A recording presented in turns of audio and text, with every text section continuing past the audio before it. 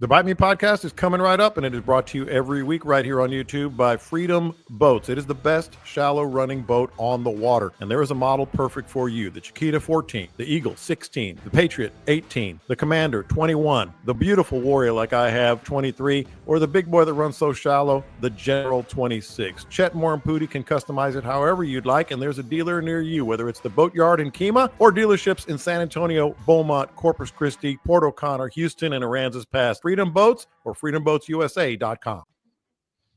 All present and accounted for, and here we are at the Bite Me podcast. This is it. This is where you want to come every week and listen to these knuckleheads that are in front of me. Captain Dean Thomas, Captain Scott Nolan, Captain Caleb McCumber. We always have a good time, and today, not only are we going to have that, got a couple of big announcements for you coming up real quick. We'll get the particulars out of the way. I'm John Lopez, and this is the Bite Me podcast, where you can subscribe anywhere you get your podcasts. Always start out with Podbean. Highly recommend that. You can get all the podcasts that we've ever done on there. And, of course, YouTube Live every Tuesday. If you are in with us live right now, you'll be able to get instant feedback. But, of course, we will post the podcast around 6-ish tonight, every Tuesday as well. All right, man, we got a lot to cover. You guys, first of all, I did go fishing for about 3 days over the Thursday, Friday, Saturday, and it was a bit of a grind, but we're going to get into some of that. What have you guys been doing? Scott, you're shooting some photos. Caleb, you got some Angler U. Dean, you've been out and about. Has it been pretty much what you've been hearing as well? Just kind of a tough go lately? Yeah. If you like wind, it's a great day for sailing. And Scott, what are you hearing? Yeah, pretty much the same thing, man. If you can have your spots lined out where you're away from the wind a little bit, you can do pretty good. Fishing in the wind is just where is that spot? Yeah, I've been looking for it. Find that spot. Dean talks about all the time that we have to fish in the wind or we won't fish. Mm-hmm. And actually, I mean, we had it's been rough. 5 days. It's been the wind has been. There comes a point when it is too much. I mean, yes, we can all fish in the wind, but there's a point where it's just it becomes too much. And we stuck it out on a couple of days that were very challenging. And the one thing, and I've said before, with the super high tide, it does help. It lets you get to areas that are almost doable, but the bite is tough. I mean, it's been a tough week. We're like new moon, or it was like the third quarter. We're coming up on the full moon, and when it's a tough bite and it's windy like that, and you can't see what's going on in the water, I mean, it's a challenge. But things are always going to get better. It looks like the wind's calming down tomorrow, even though we got a chance of rain. I'd rather get rained on than get 30-mile-an-hour winded on. I hadn't thought about that, but I may well be in the same boat. Go ahead. Yeah, just take both of them, Dean. That's what I'm doing. That's right. You got them both. That's a tropical storm. Yeah. All right. So we got a lot to cover, a lot of good topics, many from the listeners, but let's not bury the lead here with, I mentioned it on the Bite Me group page. Couple of big announcements here for Bite Me listeners. We've already had some inquiries about the Bite Me feeding frenzy. It is officially official. You can set your calendar June, July, August in about 3.5 months. And there's a reason we do that big lead up. Got to get a lot of things in line and a lot of things taken care of so we can do it as we always do. And this year we're hoping to do it bigger. The Bite Me podcast feeding frenzy is going to be September 20th. September 20th. That's a Saturday. It's going to be at Coasters, where it was last year, and it's going to be 3 p.m. to 7 p.m. So if you are one of the listeners right here on the podcast or on the YouTube live stream, I would highly recommend starting to look at places down there. There's a couple of good sources of information that are telling me we might even have a block of rooms at a local hotel. So we will update you on that. And the other thing that I want to emphasize here before we get to our other announcement is we are planning on making it, always a little bigger, always a little better. Last year is going to be hard to top, but I'm confident that we can do it. It's going to be, we had like 500 people last year. We actually raffled off a boat, a 19-foot Freedom Patriot boat. Stay tuned on that in the next couple of weeks. We might have an update on what could be raffled this year. There's going to be the raffle. There's going to be silent auction, a live auction. There's going to be obviously a casting contest, and this is where the boys come in. Not distance this year. It ain't going to be distance. Accuracy. It's going to be an accuracy casting contest, and it's going to be 2 shots from 20 yards away, 2 shots from 40 yards away, and if you dare to do it, 2 shots from 50 yards away. 20, 40, and 50. I didn't want to do 60 because that's a pretty good hike. So 20, 40, and 50 yards, 2 shots each, and the whole idea is we're going to hit that yellow bucket. We're going to get one of the yellow buckets that we used last year. I can see you guys are already thinking about this, what you're going to do. Yeah, so whoever we're wondering if you mean feet instead of yards. I think I mean yards. Because I'm pretty sure I kicked their ass last year in the distance, and I probably cast it 55 yards. Yeah, I might have to shorten that to 10 yards. A long ways, dog. 10, well, that's why I said 50 instead of 6. Yeah. Let's do 10. Let's do 10, 20, and 30. 10, 20, and 30 yards. Okay. And it's going to be that yellow bucket that we used last year. And you're going to have to you can use whatever, same as always. You're going to use whatever you want, however, rod, reel, whatever. And 10, 20, you get 2 shots apiece. Who's winning? So is the bucket going to be open? Huh? Is the bucket lid thing going to be open? Oh, that's cocky. That's cocky right there. You get extra points for going in it. You know what? This is why we have to talk these things through. I am going to open it. I think that would be great. Dean's going to show up with some reel from some country we've never heard of that has crosshairs on it. 10, 20, and 30 yards. I'm glad we talked that through because that was a bit much. And I'm going to go ahead and open it. And if it goes in, that you get extra points. Whoever hits the most wins. Caleb was the victor last year at the distance. This is going to be accuracy this year. They still think you cheated. You won under false pretenses, of course. Yeah. There's no sense in beating that one up. That victory was too big to rig, buddy. And as always, last year, we're going to take care of our Bite Me listeners. We're going to do a 50-50 pool on that. I think last year the winner got $500 and something, I believe, something along those lines. And the main thing that this is the whole reason that I had this crazy idea a couple of years ago, 3 years ago now, of doing the podcast is for 2 reasons. A thank you to our great listeners who we can't say enough about. They ask questions. They become great friends. They show up at all our events. They have our backs. We have their backs. So it's going to be a thank you. So once again, and stay tuned for this. This will happen in the next couple of weeks as well. Everything is getting lined up. The first 200 people who register online on the Bite Me podcast, we got your meal. We're paying for your meal. It was fantastic last year. I believe we're probably going to go with the same place, the Butter Churn in Aransas Pass, because everybody loved the meal so much. First 200, it's on us. After that, it'll be show up $15, and of course we'll take care of you on that. There's going to be clearly a cash bar. The other reason we wanted to do this is for great organizations that are near and dear to everybody here. Heroes on the Water, you've heard us talking about that, and Texas Boys Outdoors. Last year, believe it or not, we ended up raising more than $50,000 for those 2 charities to split.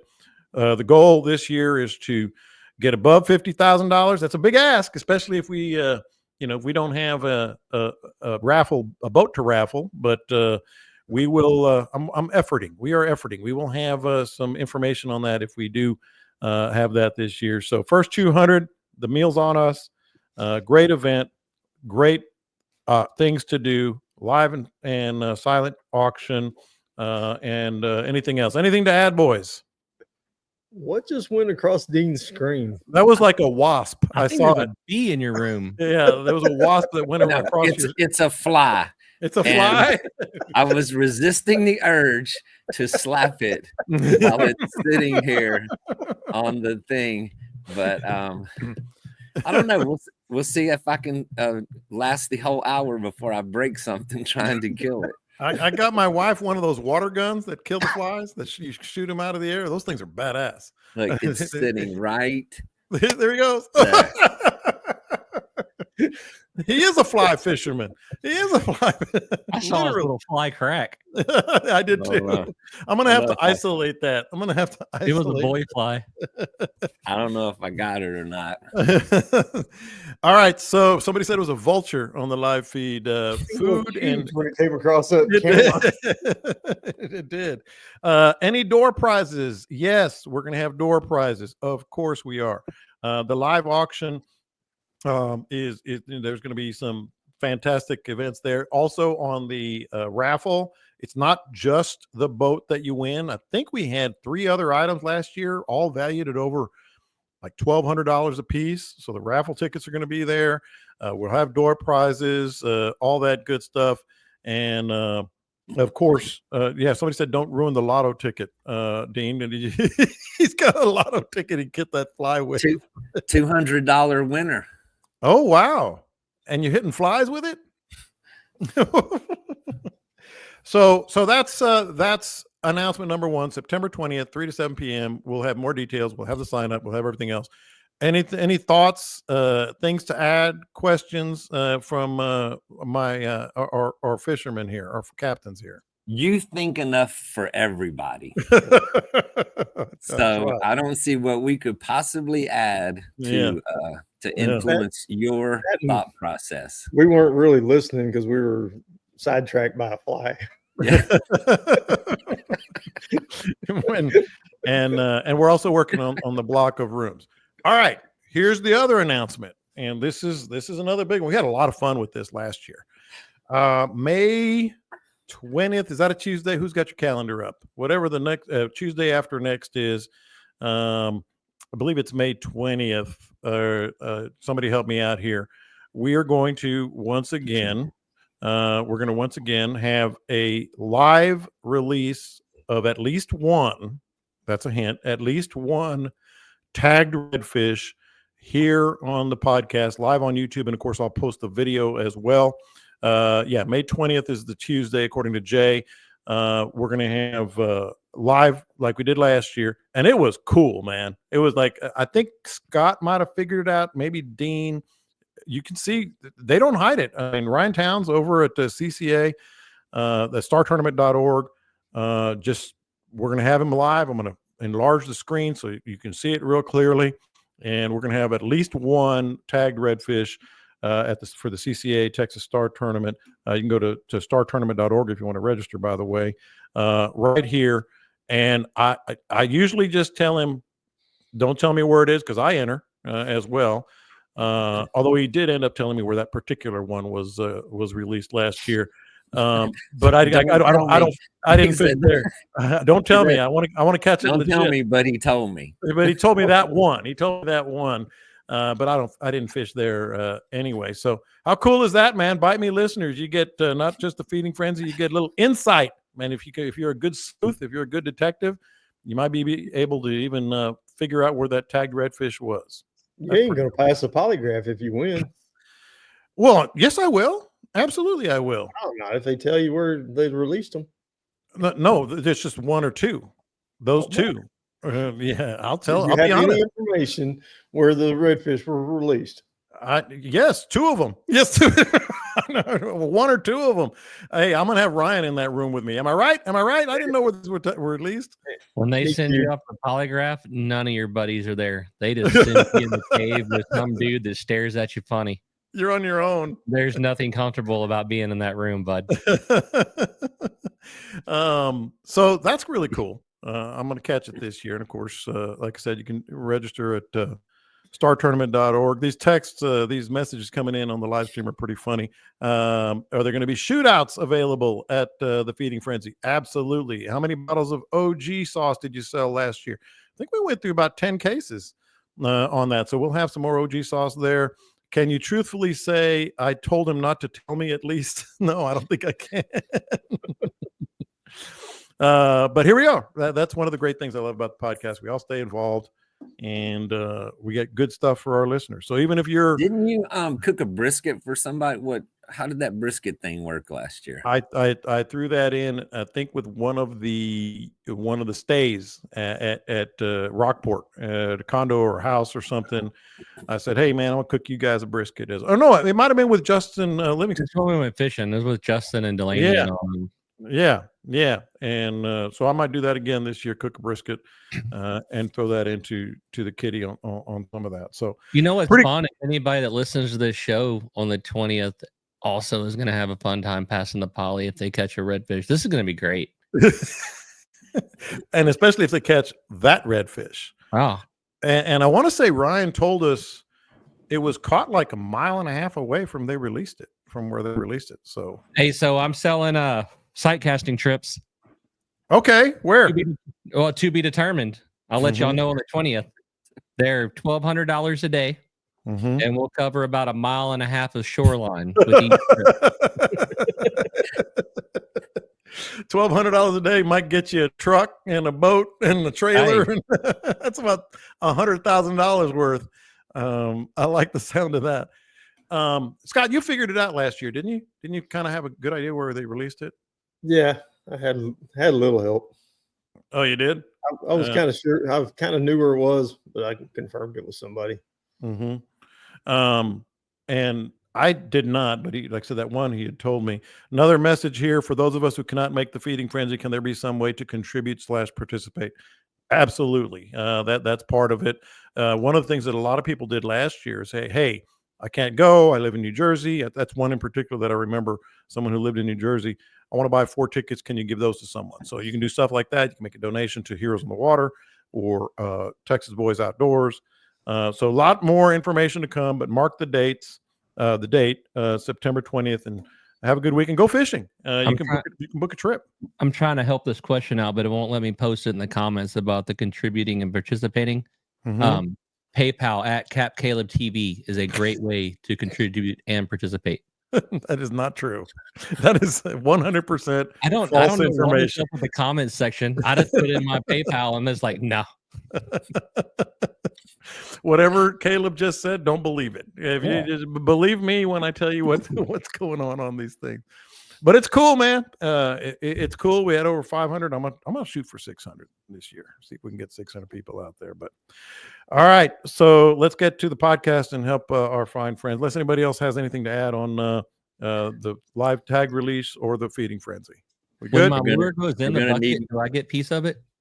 When you're what? When my lure goes in the bucket, do I get piece of that 50-50? No. What if I can put it in the bucket and not backlash? Now you can have a side bet with Scott and Dean. Oh, we can do what do they call it? Calcuttas.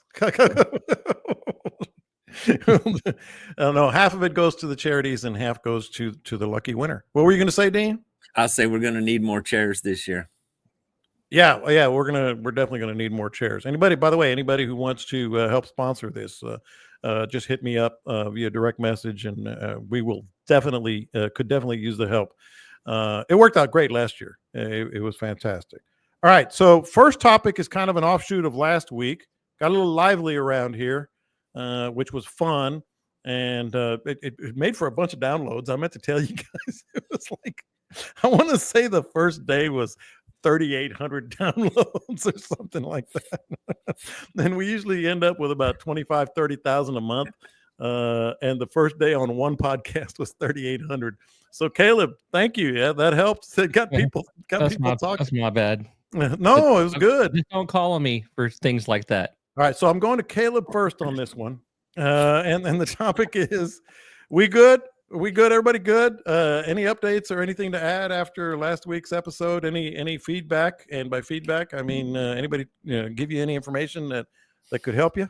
No, I mean, As far as I'm concerned, it's a done deal. I would say the main topic of the entire whatever short rant I went on, I don't remember a whole hell of a lot about what I said, but the whole thing was basically, hey, let's just all do our own thing. And I mean, hell, I'm down for supporting people. Just do our own thing, be cool, and move on about your day. And so far this last week, that's the route that's been taken as far as I know, and I'm good with it. Oh, I thought you had something, Dean. No, Dean's gonna behave because the whole thing was he's thinking no he's reason thinking. to disparage other people. So Dean is gonna behave himself, right, Dean? And what's even more interesting is that Caleb is encouraging someone to take the high road. I mean, it's a great. I mean, I'm not always the best at taking it, but damn it, I try. Yeah, you probably give advice on it more than actually taking it. Well, see, you some bitches get us rolling down a road and then say, "Now what, Caleb?" I'm like, well, all right, but the point is, everybody's gonna be cool and do their thing, and that's nice. like Pulp Fiction. Tell that bitch to be cool. Yeah. And and if you do, last week, John basically like pushed the cart down the hill and then took the steering wheel away. Like, I knew the topic was coming, and I figured y'all were gonna do y'all's thing, and I was like, I'm gonna be as professional as possible and just like weigh in here and there. And then he's like, Caleb, go. I was like, all right, well, and then it happened. But again, like I want to see everybody do well in this business. In all seriousness, you're right. Yeah, I mean, the better that everybody does, the better it is as an industry. It's that simple. There's no reason to disparage. I mean, even though I'll bring up the fact that I've kicked their ass in the casting contest, I'm saying it in good humor.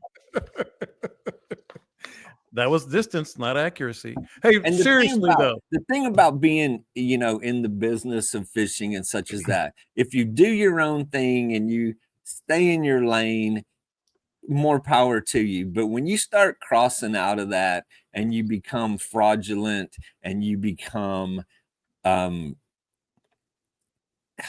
mean, when you get labeled a faker, when you become a fake ass program, like tagging off of other people and then making that your program, then we're going to talk about you. Yeah. Well, I'm not even gonna go to the extreme of anything's fake. It's just don't try to accuse other people of being fake to highlight what you're doing. Is that simple? Well, it's fake whenever you are taking something from other people and calling it your own. Yeah, I suppose. But we did cover all that last week. I just wanted to make sure everybody was good on everything. And it seems like we are. I do have a topic here that was also an offshoot of last week.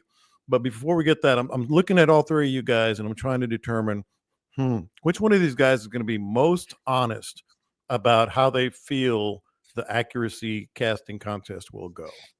And frankly, I can't come up with an answer. But also, I'll just start with Scott because I don't know if any of you guys are going to be really honest. So accuracy, Scott, the reason I'm starting with you fished a ton with both these cats. And I'm not participating. I'm not the pro. How do you think the accuracy contest is going to go? Who has impressed you, or do you impress more than they do? I mean, Caleb's going to figure out some way to cheat. We know that going in. I mean, hell, he was trying to put extra weights in his. What was Dean just saying about being fake, Scott? And take your whooping and move on. And Dean got some hot rod reel that nobody can get their hands on. And then Caleb he went to Japan to get it. And then Caleb went so far as to cut his line down inside of his reel. So I mean, there's no telling how this thing will go. You guys were so protective of your gear. It was all the backdoor shenanigans that went on last year. Yeah, obviously I was not protective enough. I didn't know you had a security camera on your rod and reel. He cut my string. What are we going to be throwing? What's the lure? Well, let's talk about it. Accuracy. What's the best lure to throw? Like a lead head, a jig head, or just get like a quarter-ounce plastic plug that you can cast in the grass and it don't hang like a Spook Junior with no hooks on it. Or how about we go with the DOA, the PT7? a spook with extra hooks on it. Why? What does that accomplish? Catch a I'm seagull. running treble hooks on my Catch a- spook, Dean. I don't care what you say. I'm gonna Catch it. tentatively. I'm writing down tentatively PT7. That's what we threw I last year. would just get one like these little black plugs. Like it's heavy. I mean, if y'all want to play wind, I'll play wind. I'll Tiger Woods your ass in the wind. But I want it to be accurate to like what you would do on the water. And plus, Mark Nichols is a great friend of the podcast. He's got great lures. We can get them relatively easily, and you can embed the hook so nobody gets killed out there. Remember, we had kids out there marking stuff. I don't want any children with their eyes scratched out or anything. I had some grandma at the hospital on the other side of town. You did over the fence. Over the fence on the road. Yeah, over the fence on the road. Out of bounds, like a left-hand curve. And here we go. I'm not the one that said let's cast this way. I didn't do it. I just casted that way. So Scott, you didn't answer. Accuracy, PT7, 10, 20, and 30 yards. I can do pretty well with that. Weren't there 2 buckets out there last time that had to go between these buckets? No, it was just distance, and they marked your distance with the bucket. This time you're going to have to hit the bucket. If the wind would have been blowing the other way, Caleb would have turned around and thrown the other way and measured it. But it wasn't, was it? It wasn't, was it? I sense nervousness and fear. I smell it. I can smell it. Yeah. I don't think so. It stinks, Dean. It stinks. No, I think you're smelling whatever that was you had in your hand there just a minute ago. It's a dead fly. It's the rigor mortis. There's flies being attracted to Dean's stench of fear and doubt. All right. So apparently we didn't. Either one of you guys have a fair, objective opinion on the accuracy. How big is the bucket? It's the bait bucket. Little yellow bait buckets. Yeah, those little yellow bait buckets. With the little trap door? Mm-hmm. Yeah, and if you get it in the door, we're gonna leave that open. That's extra points. If we make it in the door, John's gonna personally match the 50-50. What? Yeah. Once again, just for clarity's sake, believe nothing Caleb You said. have no idea how much I'll practice. That would actually make me in the yard casting that bucket. Once again, don't believe a damn thing that Caleb says about the feeding prince. Yeah. I think I still got my bucket around here somewhere. I could start practicing. Yeah, there you go. In reality, what you got to do is throw a hula hoop with the bucket in the middle. If you hit the bucket, that's something, and then the hula hoop, I don't know. Are you gonna have somebody like measuring off? So yeah, are you gonna tape measure this thing? What's the? No, it's going to be just hit it, and then if it's tied after 30 yards, we'll move it back a couple of yards. That's it, guys. Just hit it. Just hit it. Yeah, just hit it. All you got to do is hit it. You got to hit a bait bucket at 30 yards. Listen, John, yes. I know we're good, but damn. It's called a contest. Now who's how good are you? Clear. Yeah, you got some dead flies over there, Caleb. Hey, I'll be closest to the bucket, but hitting is a different story. Well, closest is gonna count once we get to 30 yards. Well, then we're gonna measure, right? That's how we're gonna mark it. We're just gonna mark it. There's a PT7 right there. I still got it. The one I threw last year. Dean's gonna be practicing as soon as we finish this podcast. I'm gonna tie it on before it's over. Yeah. All right. So, Dean, we talked about this last week, and it turned into a topic that just kind of landed in our laps, so to speak. Scott mentioned one of the things that I've mentioned to all you guys and why people appreciate your knowledge. He mentioned that I've always said you don't know what you know. Like there's things that are second nature to you, And I think there's some good stories that can come up here as well from you guys that you just automatically do that other people wouldn't even consider.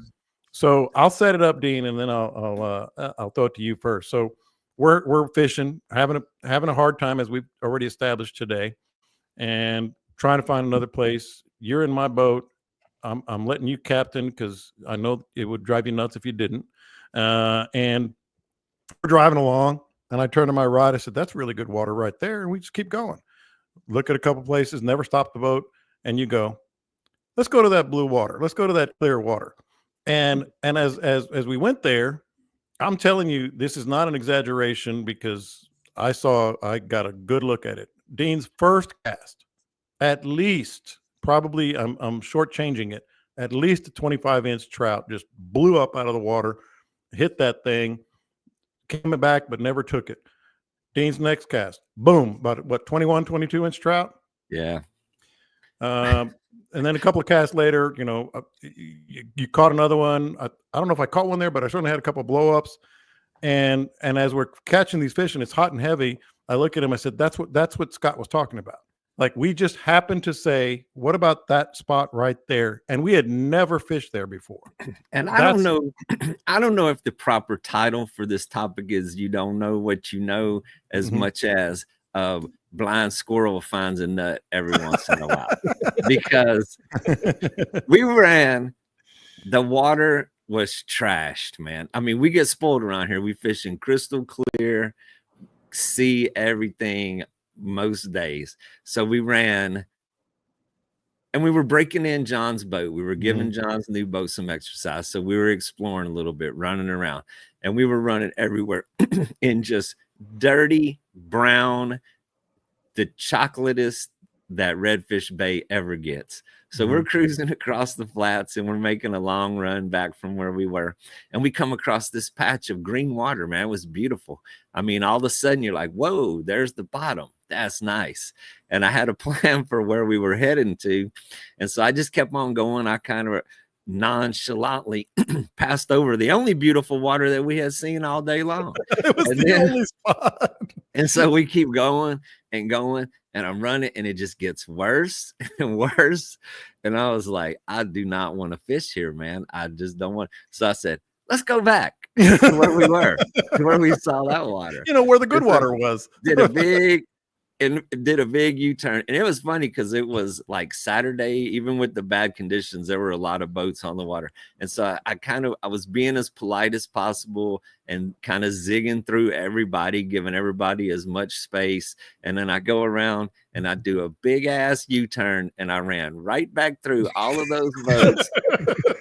And I know those that were like, man, what is wrong with this guy? What is he doing out here? And and we stopped. It was the one spot that had like just beautiful green water. And it wasn't going to stay that way because the tide was mixing it up. The wind was mixing it up. I mean, it was going to be as brown as the rest of it before the end of the day. And yeah, man. So first cast, beautiful fish. Even though I didn't hook that thing, it was amazing to watch it go airborne out of the water. And then caught a couple more. And then we drifted it. The second time, got a couple hits. Third time, nothing. Dead. Just like that. So we caught them all. Want to mention this here because it is important, and then we'll get to the next topic. The Indianola Fishing Marina in-water boat show. Big event, cool event, and you get to give them a test ride. How about that? May 30th to June 1st. The different models of boats that are going to be in the water just keeps getting bigger and better. El Pescador, Desperado, Scuda, Flatscat, Dargle, Deck Cat, Beck and David Boatworks, and Mayek, all in the water. You do not want to miss it. Veterans and first responders, admission is free. Kids 16 and under, admission is free. Everyone else, just $10. Get to the Indianola Fishing Marina May 30th to June 1st. You do not want to miss it. Yeah, we caught them all. Except for that one. The big one. It was a monster trout. But so this is where, we can kind of do a little solid for our listeners, as I like to do. Some of the things and you say blind squirrel, but it was really a subconscious. We're driving, going pretty at a good clip, and we go, hey, and then come back to it. Some examples, Scott, where, you maybe say, hey, what about here? And you may not even consciously know, some examples of where, it worked. It happened. You may not even consciously know why you stopped there, but something in your mind told you to stop there. What comes to mind for you? I do it all the time where I've got a place in mind, and then as I'm going over there, just something tells me you need to check this spot first. And pull up in here. And almost every time that you do something like that, it pays off. And I really don't know what it is. I think it's just years and years and years of being on the water day after day that you see something you really don't even realize you saw what's leading you to make that stop. Sometimes it is, sometimes you do. I mean, you realize that there's a whole bunch of birds just hanging out in that area. You know, You're for not me, doing it's- anything. Yeah. They're not doing anything, but there's a whole bunch of birds just kind of hanging back in the trees a little bit, and it kind of leads you to think, okay, well, something was happening here recently, so I might as well, you know, give it a shot. Doesn't cost anything to stop and take a look around, but that seems to lead to fish more often than not. Mhm. That and then just up and changing, you know, beating yourself to death doing what you've been doing for the last 3 or 4 days and it's been working, and it is just not happening today. And then just pick up and do a 180 and go do something you haven't done in the last 2 or 3 weeks. Mhm. And that's where the fish are.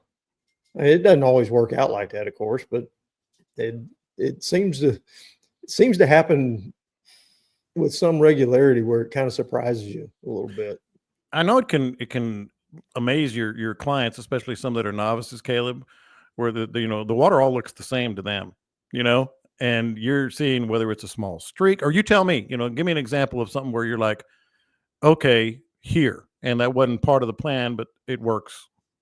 When I think it was my first or second year in guiding, I had a boat with like 4 people in it, and I'm running just dead in the middle of East Matagorda Bay, and they were just a very different, very subtle color streak in the water, and I knew that there was some good reefs underneath it, and I just shut down, and I heard one of them say, "And this is why I can't be a damn guide. What are we doing?" And that dude ended up catching a 28-inch trout like 2 casts later. And he was one of those, "Is this a big one, guys?" You know? Oh yeah, is this Uh, a big one? Is took this good? Is this took good? possibly the worst picture I've ever seen anybody take with a fish. But now they're just I'm usually headed to an area more so than a spot. And I mean that's not like a flex. It's just I'm a back lake and marsh guy. So I'm just headed to an Mhm. area in that marsh.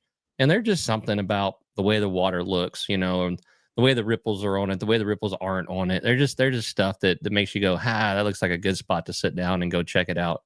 Yeah. And like Scott said, I think it's just a second nature thing that whenever I first started fishing, I'd roll in there and enter any old man here that I was fishing with. He'd say, "There's bait all in here," and I'm looking. I just hadn't seen it. I go, "Oh yeah, I didn't see nothing, nothing."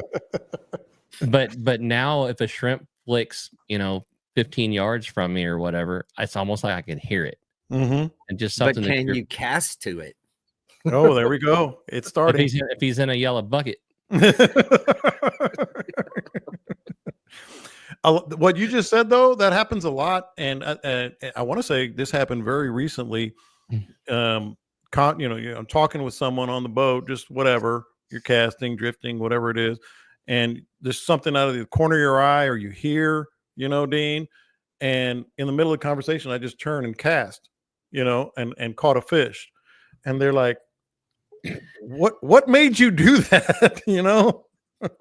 And one thing you do get kind of tuned into is, I mean, you hear mullet, you hear things jumping and splashing, but you'll hear a trout or a blow up that sounds different than a mullet splash, and that'll always get my attention.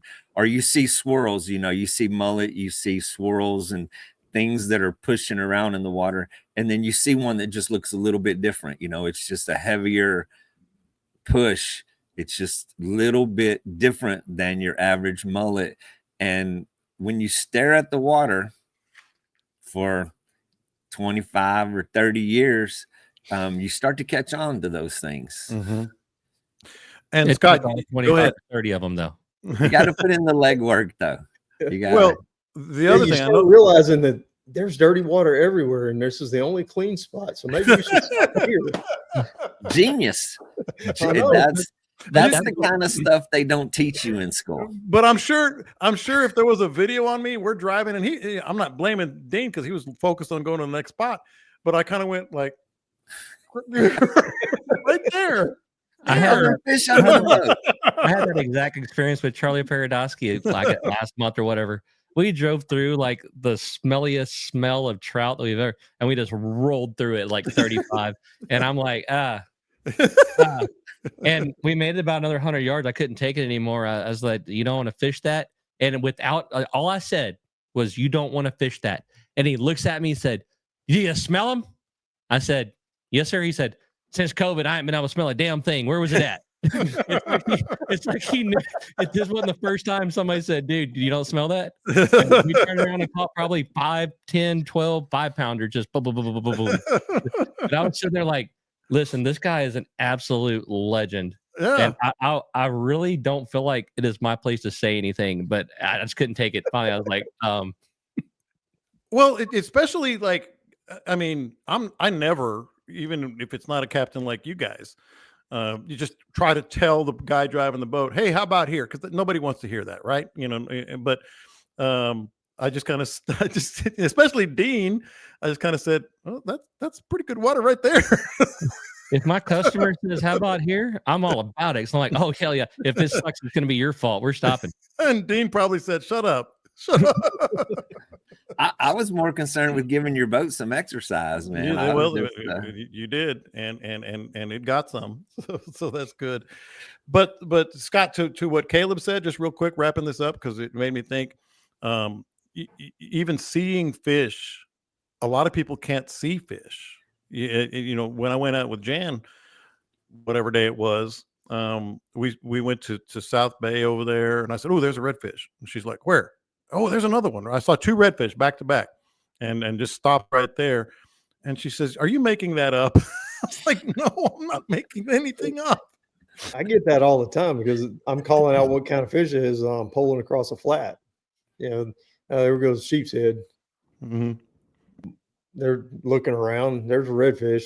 They're looking around. I get it all the time with the guys on the bow of the boat, but I'm also up top on the polling platform, so it helps a little bit too. Yeah. I mean, I'm talking about there's times when there's fish directly in front of the boat, 15, 20 feet, and they don't see them. And that I've had people ask me, what's the method for being able to see fish? Is you have to look through the water. And so many people look at the surface of the water and they don't consciously look through the water to see the bottom. Mm-hmm. What happened to that video where I correctly measured that fish to the that's 1/4 coming. inch? That's coming. It's probably tomorrow or Thursday. I'm going to post. I like to stagger them. I posted one video today Yes. of a Minn I Kota. called that fish, dude, correctly. This is a great story. To the shit. Yeah. I nailed it on the button to the 1/4 inch. So remember that video I posted where I had a pretty good redfish on, and I told Dean, and he was taking the video that day. I said, "Oh, that's upper slot. I bet you that's 27.5." And he gave me a hard time. We brought it in. I think it was 27 3/4 or something like that. I don't think it was that close. It was. You can look at the video, but I will give you credit because I was off by 1/4 of an inch. Dean nailed it, like nailed it without even seeing the fish. Before, as you hook it, I asked him, and you'll see the video. I'll post it tomorrow or Thursday. I said, "All right, try to do what I did." And we hadn't even seen some random number out of my butt. He goes 20. What'd you say? 24 3/4. 24 3/4. Yeah, with supreme confidence. Yes, like he knew what he was doing. And sure enough, we bring it in. Although I will say that fish started pulling a lot of drag, and he goes, "I think it grew on me." I could not believe when we laid that thing down on the tape, it was 24 3/4. I mean, on to the line. Scott will tell you that by the way they pull drag, you could usually be within about 1/2 pound of what they weigh. Oh yeah, redfish anyway. Yeah, and so that video is coming, but no, we made do. We made do with what we're getting so many texts on the casting contest. This is going to be awesome yet again. Somebody said does it count on a bounce? Hell no. The bounce is where it hits on the ground. And then Makes Fishing says, how about closer distances have smaller buckets for more increased difficulty? I don't want to buy any more buckets. If you want a smaller bucket, if you want to increase difficulty, I'll bring my tower down and we can stand on that. I don't think so. No. It would make it so much harder for me if I had to stand on the tower to do this. Okay, well, we're not. It's the only way these guys have a chance. Yeah. All right, a couple questions. We want to make it smaller than a bait bucket opening. Yeah. Yeah. Be like a at quarter. 30 yards. Yeah, you got to I hit a can't quarter. see that far. Well, How big is a redfish's mouth when he yawns? I mean, hell, we got to throw it in there. Yeah, exactly. We should bring that trout off of John's wall and throw it in the mouth of that thing. I could put my fist in that one. That was a big old trout. All right, so a couple of questions from our listeners, and this is one that's been on the docket here for at least a month, and I want to get to it. It came from a conversation we had about kayaking a while back, and somebody. So I'll just read the question, and I'll start with Dean on this one. So the few times I've been out fishing in my kayak here in Corpus, I've had some luck finding reds, but as I creep up to a spot, let's just say a shoreline island, about 50 to 70 yards before I hit it, I can see that I scare redfish, the mud turns, etc. After that, I managed to catch maybe one if I'm lucky. What can I do, or do you all have any suggestions about the way I'm approaching it? Now, keep in mind, this is a kayak. No trolling motor on his kayak. He added just the oars. Well, I mean, first of all, are you 100% positive they're redfish? Mm-hmm. Because That you was can my see first thought. they could be black drum, they could be giant mullet, they could be other things that aren't going to be aggressive. And then if you are kicking up the mud stirs, you're getting too close. You're chasing them out of there. And some days, whenever you kick them up from the mud stirs, if they're in a really good mood, you can still catch them. On a lot of days, once they blow up like that, they're going to be a little harder to catch. In the muddy water, upper coast, you get away with a lot more of throwing at mud stirs and then get a second shot at that fish. Down here in the crystal clear water, you never get a second shot at that fish. It's going to be, once they get spooked, they're very difficult to catch. So, I mean, but to the original question, what can you do? Slow down, approach that shoreline slower, cast at those areas that you're heading into before you spook those fish. If it looks inviting, if it looks like someplace that a fish might want to be hanging out, throw in there before you paddle into that area. Take a slower approach to all of those places. But man, you can be fooled by a lot of fish that aren't redfish. I mean, it's just part of the game. And then when you're creeping back in those little corner pockets and those bushes and tight up against the shorelines, I mean, you're going to spook a lot of fish that aren't redfish. I mean, a lot of black drum will trick you, and black drum aren't going to hit top waters. And I mean, on rare occasions, they will hit a soft plastic, but just, slow down where you're headed in there, make casts before you spook them. But, then you're blind casting into areas, but it's and Scott, somebody mentioned because this was also posted on the group page, which I highly encourage people to join the group page on Facebook.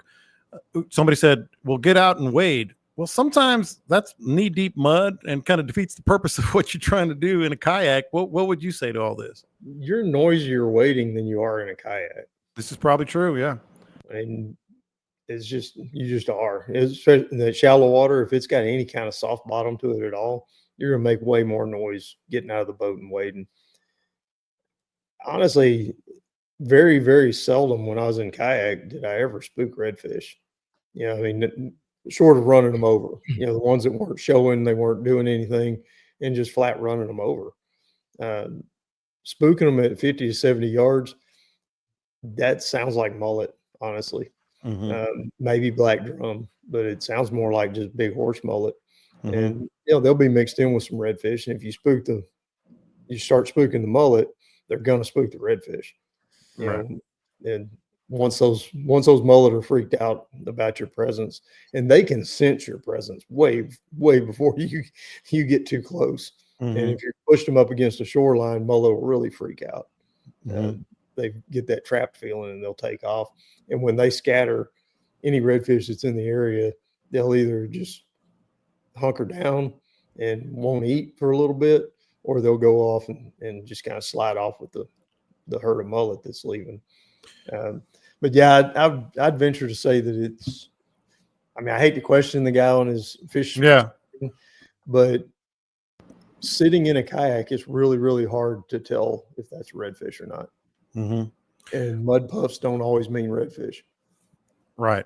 Yeah, they have a particular look too. Speaking of things you don't know, you know. So Caleb, what about from a tower? What about from a skiff or a boat? Well, you ever zone out on the question, but then listen to other people's answers and try to triangulate the question? Yes. I do it all the time. Does anybody mention like when you Tuesday. set the paddle down, bonking it on the kayak? No. Yeah, I mean, That'll because do it, that too. and that Simmons that we tournament fish out of, it's hollow like a kayak, and that Mhm. any lightest thing on it just makes a big bonk in the water, and that'll spook them pretty good.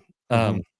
I mean, the kayak, the tower, whatever. You just, that's why I always talk about my trolling motor. I keep it real low, especially if I'm stalking something. I've got it on 1.5, 2, maybe.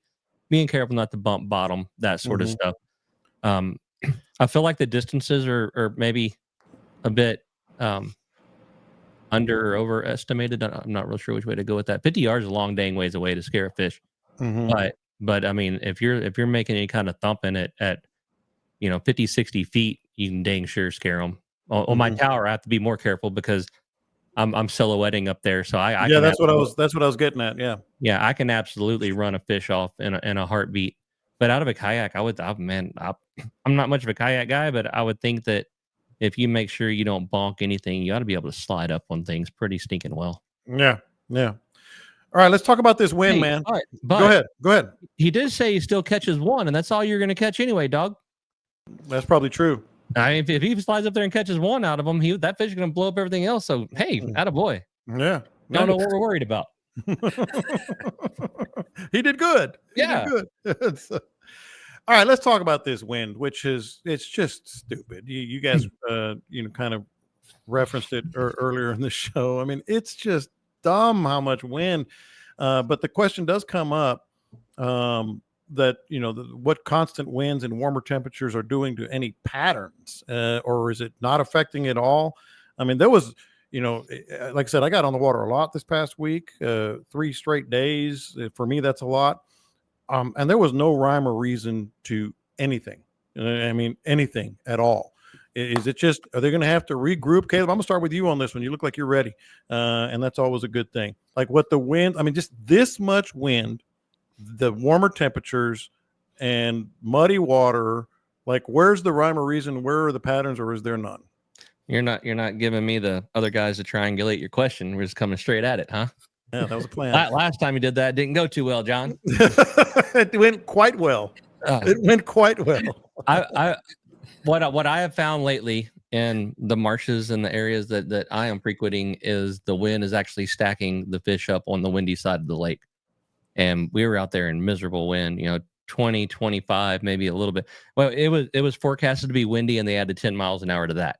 Mhm. It was blowing, and they're stacking them up on the windy sides of the lakes. Now we've got some freshwater runoff to deal with, which depending on the severity of your area, I know down in like Alvin they got like 7 inches, but it didn't seem to affect where I was at too bad. The freshwater will absolutely reset or change a pattern up, but as far as the wind, it's been pretty consistent. We had like a couple of days of a north wind, but it's been fairly like east, southeast, south, stuff like that. Nothing that actually But sets up. blowing. Yeah, well, I mean, yeah, but it's blowing from the same dang direction, and I Mhm. think that actually establishes patterns more than breaks them up.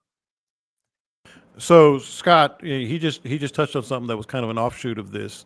And you and I have talked about this several times.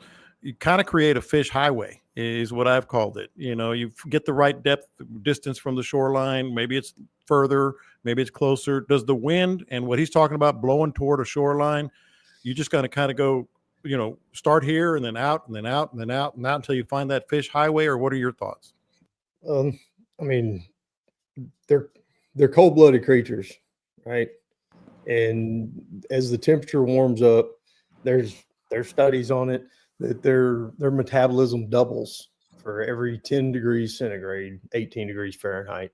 And so we're getting into that little bit of warmer. And so their metabolism's kicking up.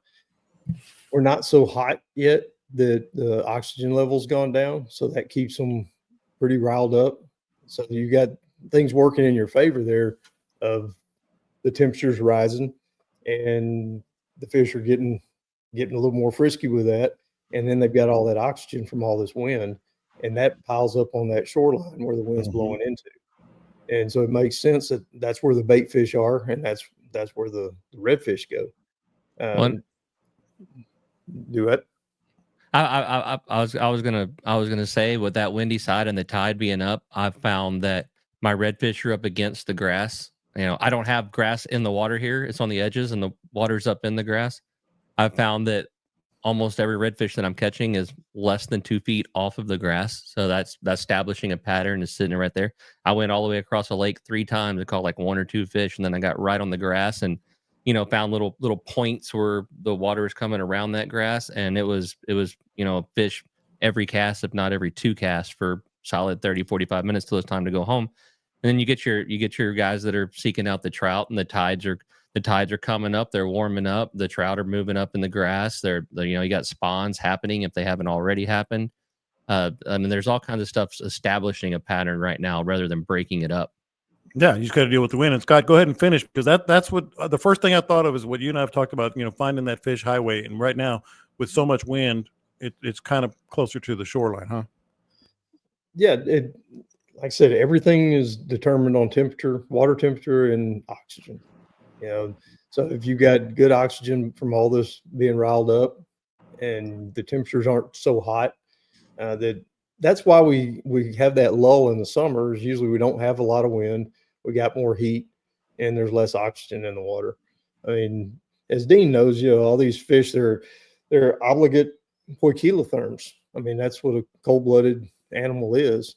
And temperature determines everything in their existence. Obligate kilotherms. Or kilotherms. Yeah, therms. Obligate Kilotherms. Poikilotherms. Yeah. Obligate poikilotherms. Is that English? Yeah, sort of. That's the Latin derivative of something that doesn't make sense. It makes perfect sense. It took him 351 episodes to get to say that. I'm still going to call it a fish highway. I'm still going to call it a fish highway. If it's all the same to you. We're using the obligate poikilotherm. Okay. Well, let me put this into English for everybody.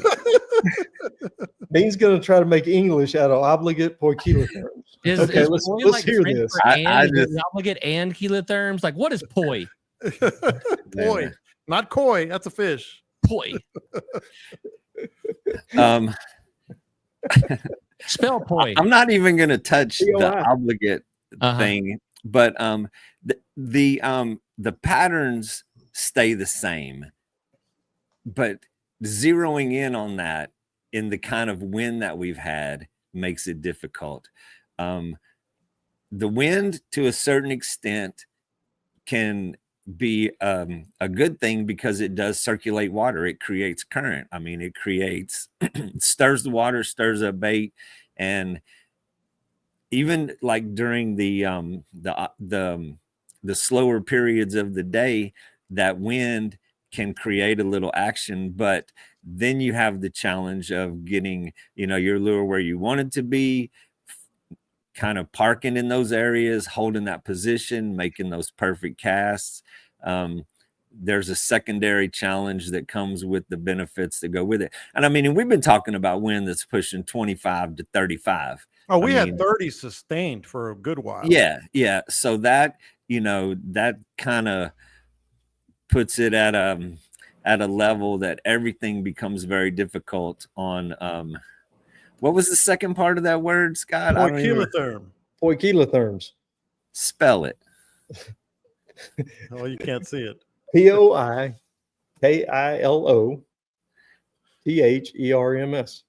Poikilotherm. I figured that was in your vocabulary, man. Google don't even. Matter of fact. I mean, an obligate, that's pretty obvious. That means you owe somebody. Well, I had that part. They're obligated. What it means is, I had the first word. I was good on that.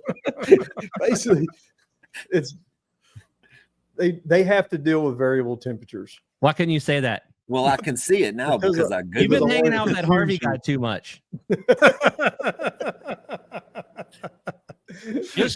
Just know that whenever you are questioning our intelligence on fish, we know words like this. Yes. And by we're going to text Scott and be like, "What was that word?" I'm about to post it. Is there a J or an apostrophe in there? Chef Gonzo says, I don't know. Some silent letters in that word. There's going to be a pop quiz next week. What is an obligate poikilotherm? See there, it's educational. But, I try to make y'all smarter. I mean, yeah. It's an uphill grind, but I try. Here's the thing. That didn't help. With my background, I didn't know what that word really. I've never heard that term, but in my mind, I was doing exactly what Dean was. I was piecing it together like in a spelling bee. Okay, that's got to be a Latin root for poi kilo. Oh, I know what therm means, and I was trying to put it all together. So what's poi a Latin root for? I don't know. I was trying to figure it out.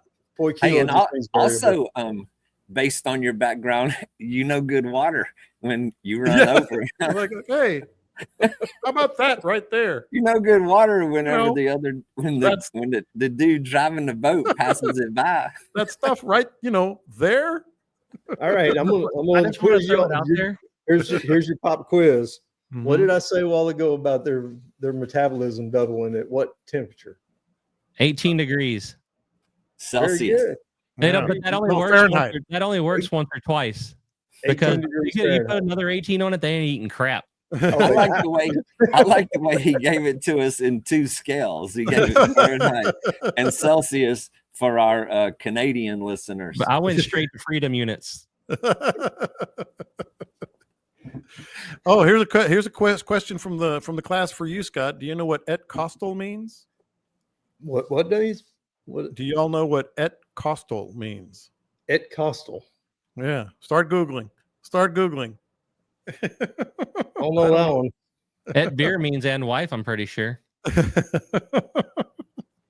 Scott isn't a marine biologist, but he plays one on the podcast. Harvey whisper the answer. One just walked by right here. Yeah, that's what I'm saying. No cheating. That is. He was whispering in his ear. Now we know what happened. No, he was over here snoring. I was surprised I couldn't hear him. Honestly, he was over there snoring. That's why I muted my mic for a second to say, "Hey, Bill." Oh, et coastal. He misspelled it. I thought it was a Latin term. No, we don't know that. But all right, so you got it. Here we are googling what the hell is et coastal. Our viewers need to be better. They just need to do better than that. Yeah. Hawaiian grits. Poi means Hawaiian grits, and his name is Chef. He knows. But that's a different spelling. That's P-O-Y. Well, whatever. Yeah. Oh well. All right. Hey man. That just flew by right there. What's happening in your worlds? First of all, then we're gonna get to what would Scott do? What would Caleb do? What would Dean do? We got more topics already in the bag for next week. So closing thoughts, Dean, what's going on in your world? And then we'll get to the fishing and what people should do this week. I just want to add that I learned that costal pertains to the ribs or the upper sides of the body. I've learned this show has been quite educational today. I learned to not run over green water. And I'm going to have to practice the spelling on that other word that Scott taught me. That's right. And then this other one is the ribs. So the rib. Hey, and real quick, I should have mentioned. I don't remember the original question. I should have mentioned this earlier, and then I'm gonna get to Caleb next, and then Scott, see what's going on in your worlds, dude. I've used the shootout here and there and some light winds. Like I said, we were going 30 sustained, and I put 3 of them out there, dude. They're really awesome. And if you don't the shootout, if you want to, when you pull them in, just in general, the amount of effort that it takes to pull it back to the boat compared to the other. And yes, we have worked those things out in the last couple of weeks. Where I used to drag 4 of the other style and wish it would slow my boat down. 3 of the shootouts, they were 30-mile-an-hour wind. I'll give the make it testimonial, man. fishable. Jan and I went out Yeah. Saturday afternoon after we fished in the morning, and it was really blowing. And we were, Yep. it was really good. Caleb, what were you going to add? What's going on in your world? I was going to throw in there that young Texas angler that said he's 13.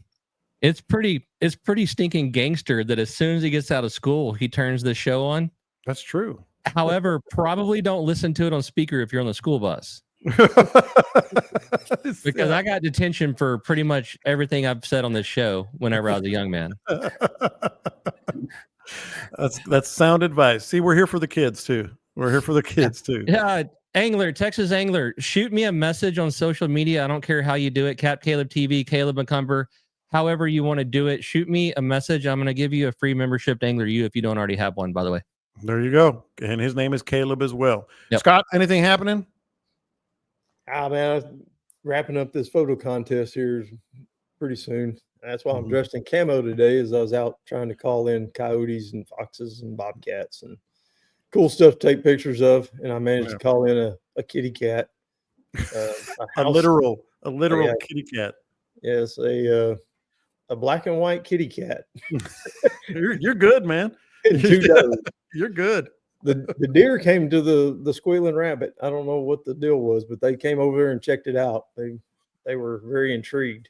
And I already got pictures of deer. I don't need more pictures. I would venture to say that you weren't calling correctly if you're calling in the deer, bud. I mean, it was a dying rabbit. You should put a can of cat food and see if the coyote comes to it. All right, Dean. What should our lovely listeners do? I looked at Thursday, I looked at Friday, I'm on Saturday now. And hey, look at that. We got some wind. Actually a north wind, 20 gusting to 28 on my app anyway. Well, the next couple of days are great, man. I mean, I'm not going too far out on a limb. I'm just happy that I get the next 3 days with Wednesday's tomorrow's good. Tomorrow's good. Tomorrow's good. Thursday's decent and Friday ain't bad. Yeah. Y'all notice that Friday, Saturday, Sunday, it's blowing like hell out of the straight north? Yeah, the north. That's what I said. Yeah. What the straight hell? North. 20 to 28 is what I'm looking at on Saturday. Yeah. So much for Caleb's pattern of consistent wind. I'm gonna have myself parked against a grass line with a drain after that north wind pushes on a little bit. They're gonna be redfish this big. And I really hope so, because I have a trip booked on Monday, and I really hope I'm not gonna let this guy down. But it looks pretty good to me on paper. Well, there you go. That's a good. What would Caleb do? You didn't even know you were doing it. Well, I mean, after the north wind. Yeah, no. Monday's like single digit winds, and it's pumping out of the northwest for 3 days at over 20. I think there'll be some fish pulled up against them their drains, having a good old time. I'm gonna poi that ass. Anything to add, Scott or Caleb, Dean, on what you would do this weekend? We got good high tide, though. I mean, we got super high tide, which is going to let me get into a lot of areas that I really like to fish. That lets me get away from a lot of the other boat traffic. A lot of people don't venture back into those little nooks and crannies as much as the open bay. So, I mean, I love it. Higher the better. Looks like we're going to have a lot of tide movement because, we got a full moon coming up. That's always a good indication of big tides. Then we got that south wind pumping all week, and then a north wind pumping all weekend. The water's going to be moving one way or another. So plan your day around working that moving water. Okay. All right. So how many words before we get out of here that we say did young Texas angler already know? I'm guessing all of them, right? 13. If he truly fishes, yeah. If he really fishes, he knows. If he really fishes, he could teach us words. Yeah, he probably could. So, all right, boys.